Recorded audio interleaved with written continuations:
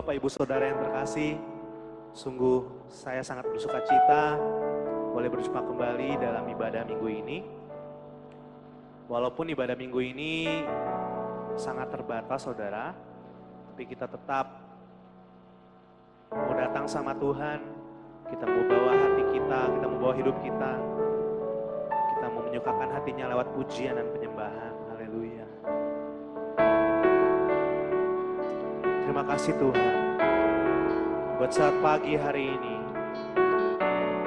Kau sungguh baik dalam hidup kami. Kesetiaan-Mu sungguh sempurna Tuhan. Penyertaan-Mu tidak pernah berhenti dalam hidup kami. Kami bersyukur Tuhan Yesus. Kami mau puji Engkau.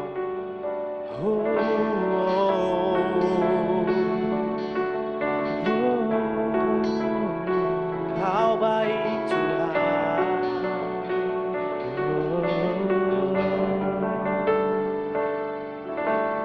Anugerah-Mu kepadaku tak pernah berubah.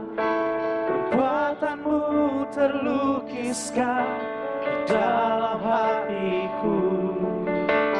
Terjengakku dibuat-Mu untuk kagum padamu. Tak ada hal di hidupku luput dari-Mu. Kau indah, Kau mulia, tiada seperti-Mu. Ku ingin hidupku menyenangkan-Mu.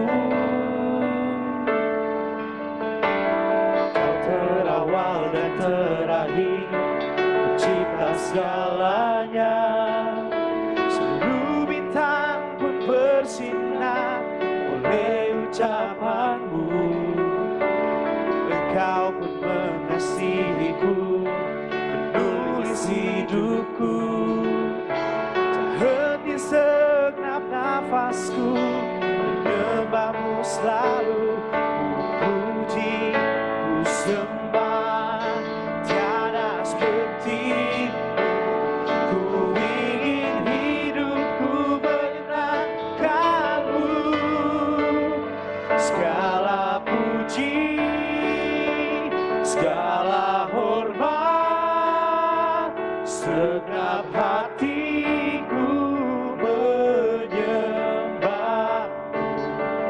Terimalah setiap hidupku sebagai persembahan yang hidup.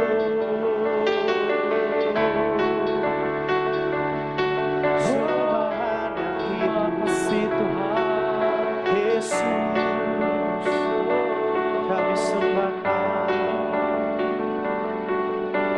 Anugerah-Mu kepadaku tak pernah berubah.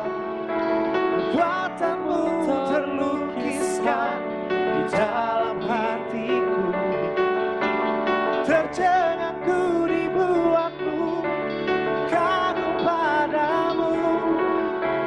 Henti segenap nafasku, menyembah-Mu selalu. Ku puji, ku sembah, tiada seperti-Mu. Ku ingin hidupku menyenangkan-Mu. Segala puji, segala hormat, segenap hatiku menyembah-Mu. Terimalah setiap hidupku sebagai persembahan yang hidup. Segala puji, segala hormat, segenap hatiku menyembah-Mu. Terimalah setiap hidupku sebagai persembahan yang hidup.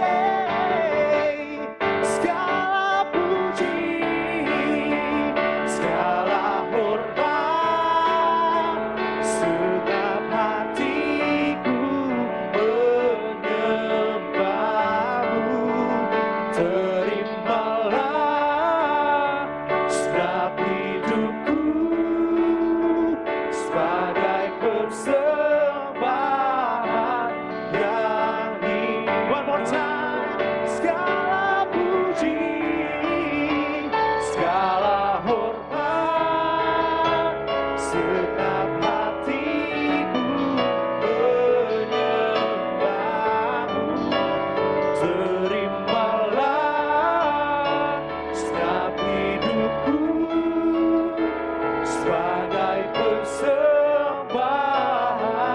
yang hidup, sebagai persembahan yang hidup, sebagai persembahan yang hidup bagi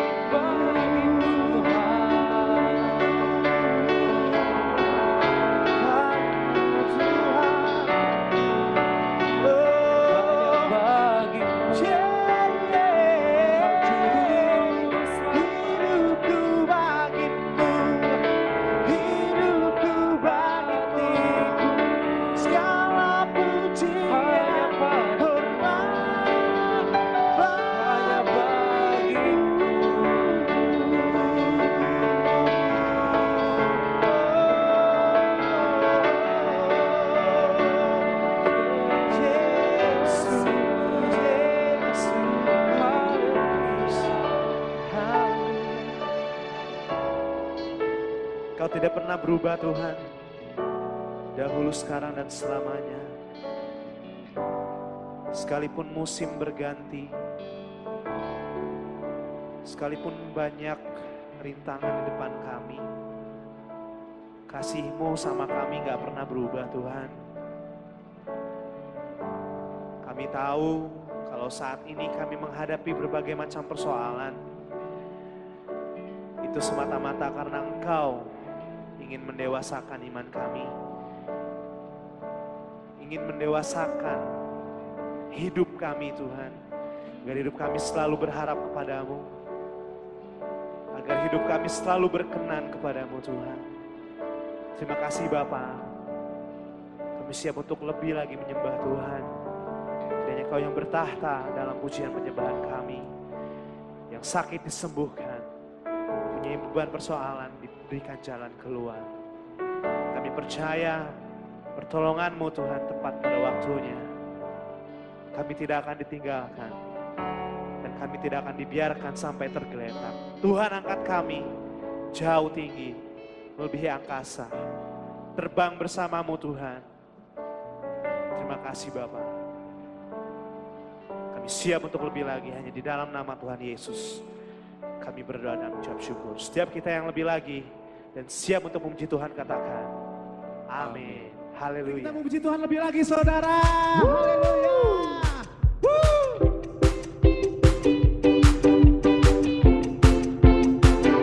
Mari bertepuk tangan saudara.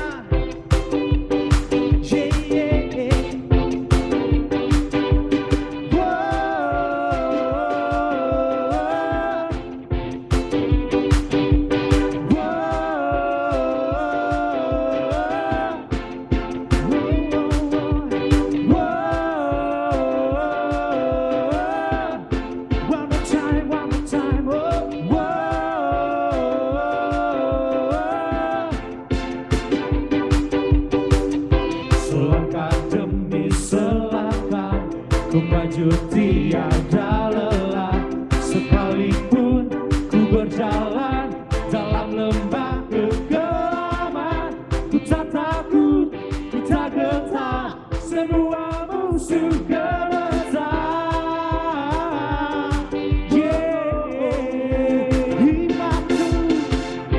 Imanku tak perlu besar, cukup sebutir pun dahsyat. Karena Dia yang bekerja, bukanlah kuat gagahku. Ku tak takut, ku tak gentar, semua musuh gemetar. Oh, semua musuh gemetar.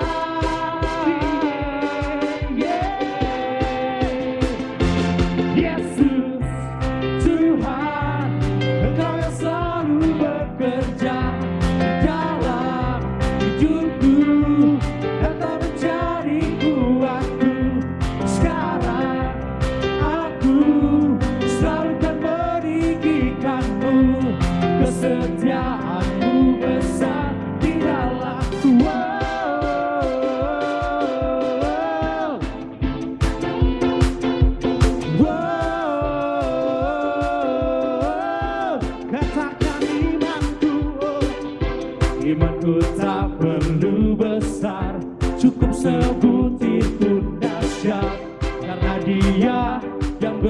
bekerja, bukanlah kuat gagahku. Ku tak takut, ku tak gentar, semua musuh gemetar. Semua musuh gemetar.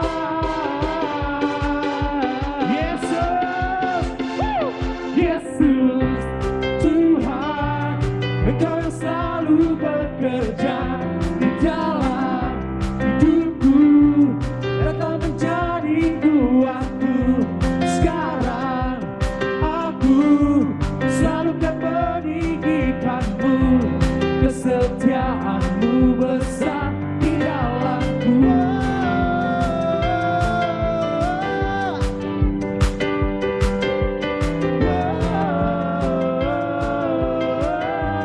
Bila kau di sisiku, pada siapa ku takut, karena kaulah perisai dan kuatku.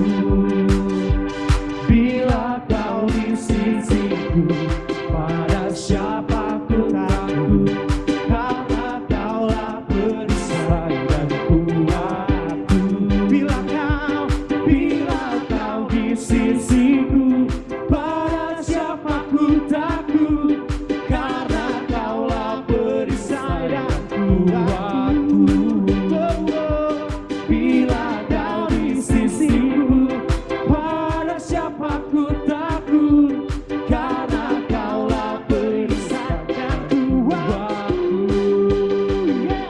Yesus, Tuhan, Engkau yang selalu bekerja di dalam hidupku, Engkau menjadi kuatku. Sekarang aku selalu kan meninggikanmu, kesetiaanmu besar. Yesus, Tuhan, Engkau yang selalu bekerja di dalam hidupku, Engkau menjadi kuatku. Sekarang aku selalu kan meninggikanmu, kesetiaanmu besar di dalamku. Kau besar di dalamku. Kau besar di dalamku.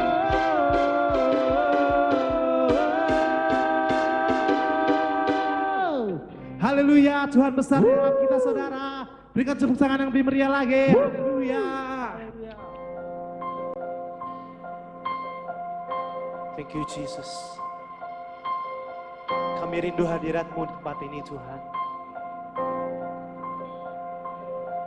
Kami rindu lawatan-Mu Tuhan atas setiap kami. Karena kami tahu ketika Engkau datang Tuhan, mujizat boleh terjadi, kelepasan terjadi, kemenangan terjadi. Bahkan setiap kami Tuhan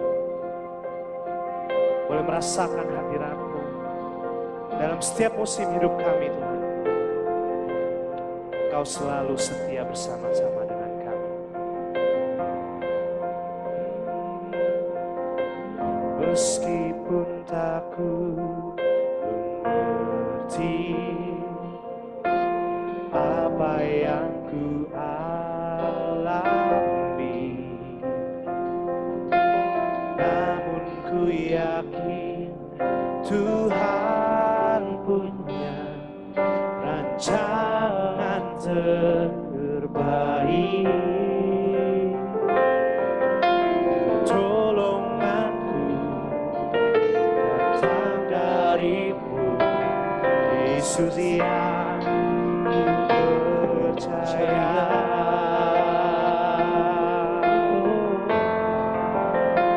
Tak mungkin bagiku, semua mungkin bagi-Mu. Hanya Engkaulah jawaban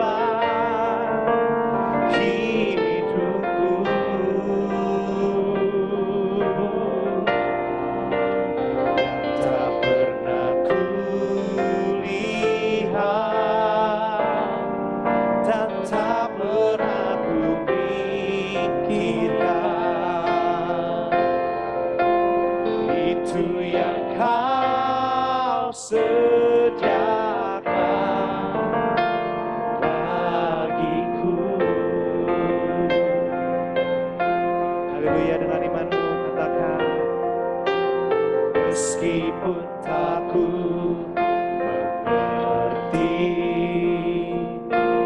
apa yang ku alami, namun ku yakin Tuhan punya rancangan terbaik. Pertolonganku datang darimu, Yesus yang ku percaya. Oh, yang tak mungkin bagiku, semua mungkin bagimu. Hanya Kaulah jawaban hidupku.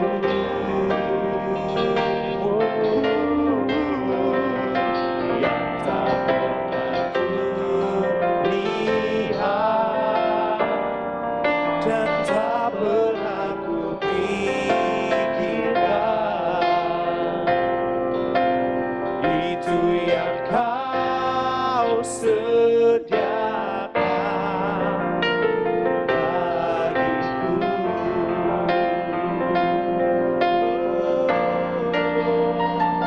Kau menyediakan apa yang tak mungkin bagiku. Kau yang sediakan, Kau cukupkan, Yesus. Kau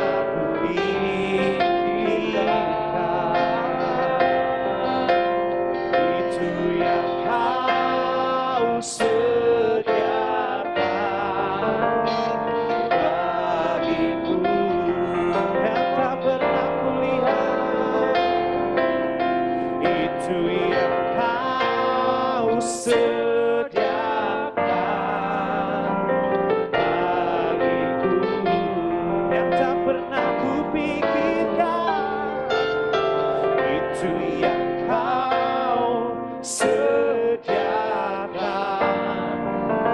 bagiku.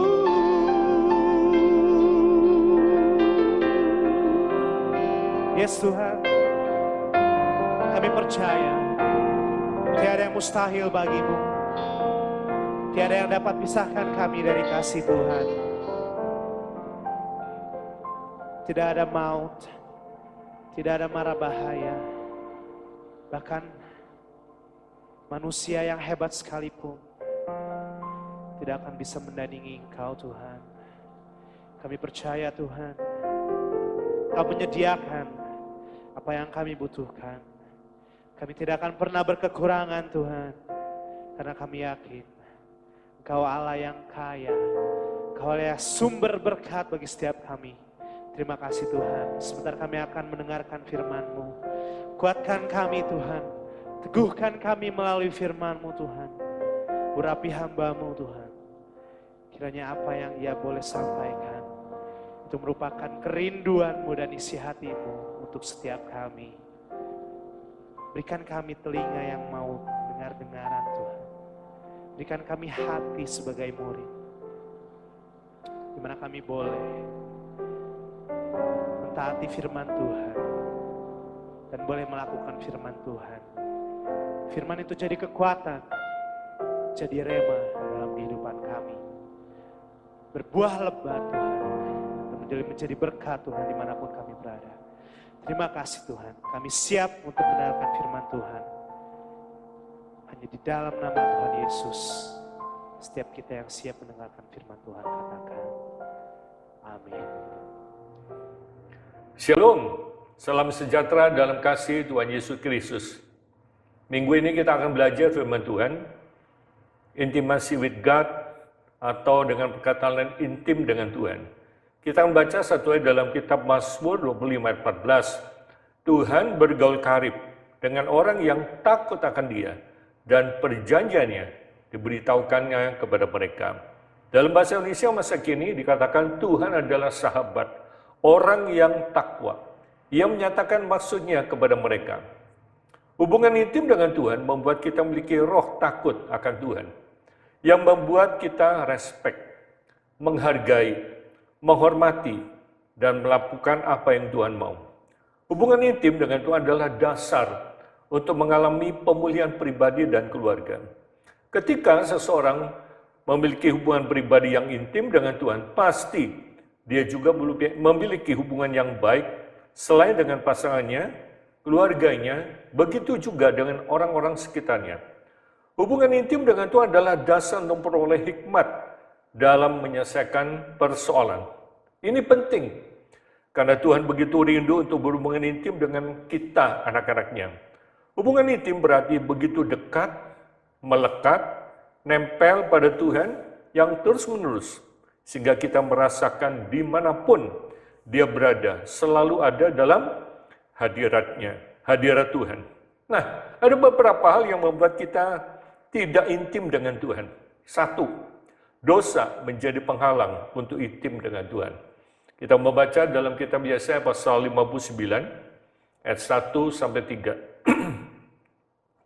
Sesungguhnya tangan Tuhan tidak kurang panjang untuk menyelamatkan, dan pendengarannya tidak kurang tajam untuk mendengar. Tetapi yang merupakan pemisah antara kamu dan Allahmu ialah segala kejahatanmu. Dan yang membuat Dia menyibukkan diri terhadap kamu sehingga Ia tidak mendengar ialah segala dosamu. Sebab tanganmu cemar oleh darah dan jarimu oleh kejahatan. Mulutmu mengucapkan dusta, lidahmu menyebut-nyebut kecurangan. Nah, kita sudah membaca dalam Alkitab ini bahwa salah satu penghalang sehingga kita tidak bisa intim dengan Tuhan adalah dosa. Dikatakan tadi dalam ayat 1, sesungguhnya tangan Tuhan tidak kurang panjang untuk menyelamatkan, dan pendengaran tidak kurang tajam untuk mendengar, tetapi yang merupakan pemisah antara kamu dan Allahmu ialah segala kejahatanmu. Dan yang membuat Dia menunjukkan Dia terhadap kamu sehingga Ia tidak mendengar ialah segala dosamu. Kalau kita baca dalam bahasa Indonesia masa kini, jangan mengira Tuhan terlalu lemah untuk menyelamatkan kamu, atau terlalu tuli untuk mendengar suaramu. Karena kejahatanmu lah, maka ia tidak mendengarkan waktu kamu berdoa kepadanya. Dosa-dosamu lah yang memisahkan kamu dari Allah. Kamu bersalah karena berdusta dan berbuat curang karena melakukan tindak kekerasan dan membunuh. Sekali lagi, dosa membuat kita tidak bisa intim dengan Tuhan. Karena itu, masalah dosa harus dibereskan dahulu. Karena ini menjadi biang keroknya, sehingga hubungan kita dengan Tuhan jadi terputus. Bukan karena telinga Tuhan yang tidak mendengar, atau istilah kasarnya torek, sehingga Tuhan tidak mau dengar, bukan. Tapi karena dosa ini menjadi penghalang, sehingga kita tidak bisa intim dengan Tuhan. Nah, yang kedua, apa yang membuat kita tidak intim? Kesombongan dalam hati. Kita membaca dalam Injil Lukas pasal 18, ayat 9 sampai 14. Dan kepada beberapa orang yang menganggap dirinya benar dan memandang rendah semua orang lain, Yesus mengatakan perumpamannya, ada dua orang pergi ke Bait Allah untuk berdoa. Yang seorang adalah Farisi dan yang lain adalah pemungut cukai. Orang Farisi itu berdiri dan berdoa dalam hatinya begini, ya Allah, aku mengucap syukur kepadamu. Karena aku tidak sama seperti semua orang lain. Bukan perampok, bukan orang lalim, bukan pezina, dan bukan juga seperti pemungut cukai ini. Aku berpuasa 2 kali seminggu. Aku memberikan 1/10 dari segala penghasilan. Tetapi pemungut cukai itu berdiri jauh-jauh, bahkan ia tidak berani menengadah ke langit. Melainkan, ia memukul diri dan berkata, ya Allah, kasihani aku, orang berdosa ini. Aku berkata kepadamu, orang ini pulang ke rumahnya sebagai orang yang dibenarkan Allah. Dan orang lain itu tidak. Sebab barang siapa meninggikan diri, ia akan direndahkan. Dan barang siapa mendekatkan diri, ia akan ditinggikan. Yang dibutuhkan kita untuk datang kepada Kristus itu apa? 1, jangan merasa diri paling benar. Yang kedua, sama-sama berdoa, tapi punya sikap yang berbeda.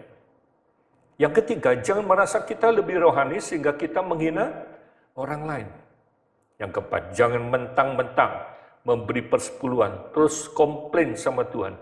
Itu tidak benar. Justru yang Tuhan lihat dari kita adalah ketaatan kita kepada Tuhan. Yang kelima, pemungut cukai, dia merasa dirinya orang berdosa.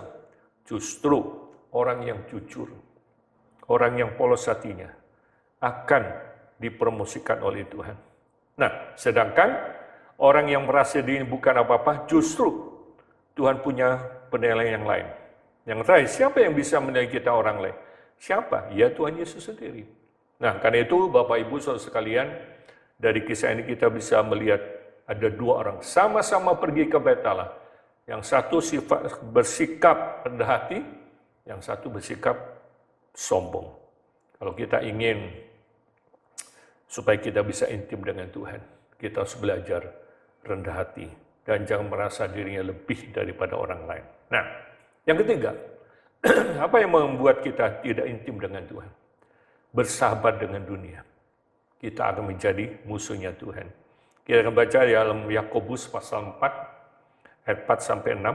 Hai kamu orang-orang yang tidak setia, tidakkah kamu tahu bahwa persahabatan dengan dunia adalah permusuhan dengan Allah? Jadi, barang siapa hendak menjadi sahabat dunia ini, ia menjadikan dirinya musuh Allah. Janganlah kamu menyangka bahwa kitab suci tanpa alasan berkata, roh yang ditempatkan Allah di dalam diri kita diinginnya dengan cemburu. Ayat 6, tetapi kasih karunia yang dianugerahkan kepada kita lebih besar daripada itu. Karena itu ia katakan, Allah menentang orang yang congkak, tetapi mengasihani orang yang rendah hati. Kalau kita baca dalam bahasa Indonesia masa kini, dikatakan demikian. Kalian adalah orang yang tidak setia.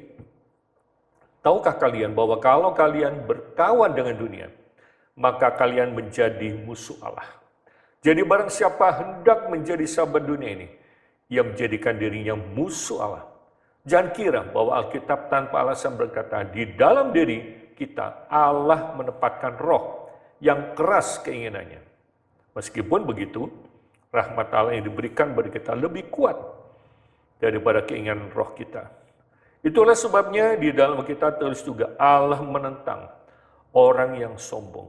Tetapi sebaliknya, Ia mengasihani orang yang rendah hati.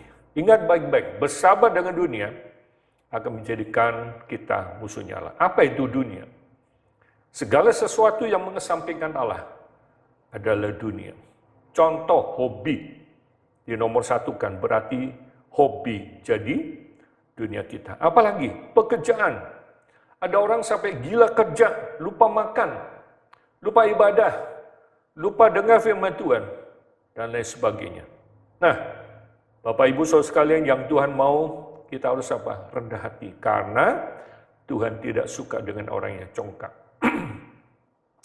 Dalam Amsal 16 ayat 18 dikatakan, kecongkakan mendahului kehancuran, dan tinggi hati mendahului kejatuhan. Dalam bahasa Indonesia masih dikatakan, kesombongan mengakibatkan kehancuran, keangkuhan mengakibatkan keruntuhan. Nah, Bapak Ibu Saudara sekalian, mari kita sebagai anak Tuhan, sebagai orang-orang percaya, kita harus belajar, ya. Jangan sampai kita menjadi orang yang sombong, orang yang congkak, dan lain sebagainya. Nah, yang keempat, apa sih yang membuat kita tidak intim dengan Tuhan? Tidak taat pada firman Tuhan. Amsal 28 ayat 9 ditulis di sana, siapa memalingkan telinganya untuk tidak mendengarkan hukum, juga doanya adalah kekejian. Dalam bahasa Indonesia masih kini dikatakan, jika engkau tidak mentaati hukum Allah, Allah pun akan merasa muak terhadap kamu. Apa sih artinya muak? Muak itu artinya nek, ya. Supaya kita bisa intim dengan Tuhan, kita harus apa? Taat pada Tuhan. Karena ketidaktaatan akan membuat Tuhan muak atau nek lihat kita. Ya, jadi yang penting kita harus belajar taat. Ya, kalau kita taat, apa yang terjadi? Doa kita akan didengar oleh Tuhan. Bapak Ibu Saudara sekalian, yang terakhir, punya niat jahat, kita tidak bisa intim dengan Tuhan. Ya, dalam Mazmur 66 ayat 18 dikatakan, seandainya ada niat jahat dalam hatiku, tentulah Tuhan tidak mau mendengar. Baru niat nih. Ya, dalam bahasa Indonesia masa kini, sekiranya aku senang memikirkan kejahatan, pasti Tuhan tidak mau mendengarkan. Karena itu Bapak Ibu Saudara sekalian, ya, renungan yang singkat pada hari ini biarlah mulai menjadi berkat buat kita supaya kita boleh terus intim dengan Tuhan. Tuhan Yesus berkati. Amin. Bapa kami dalam sorga, Bapa yang kami sembah dalam nama Tuhan Yesus. Kami bersyukur, berterima kasih kepada Tuhan. Engkau baik, Tuhan sudah menolong kami, memelihara kami pada hari ini. Biarpun kami tidak bisa ibadah dengan cara tatap muka, tapi kami masih bisa mendengar firman Tuhan. Bila firman Tuhan yang kami sampaikan mungkin singkat, boleh menjadi berkat buat kami. Bila kami mau belajar intim dengan Tuhan. Terima kasih Bapa, ampuni segala dosa, kesalahan kami, kekurangan kami. Bila darah Yesus yang berkuasa akan menyucikan dan menguduskan kami.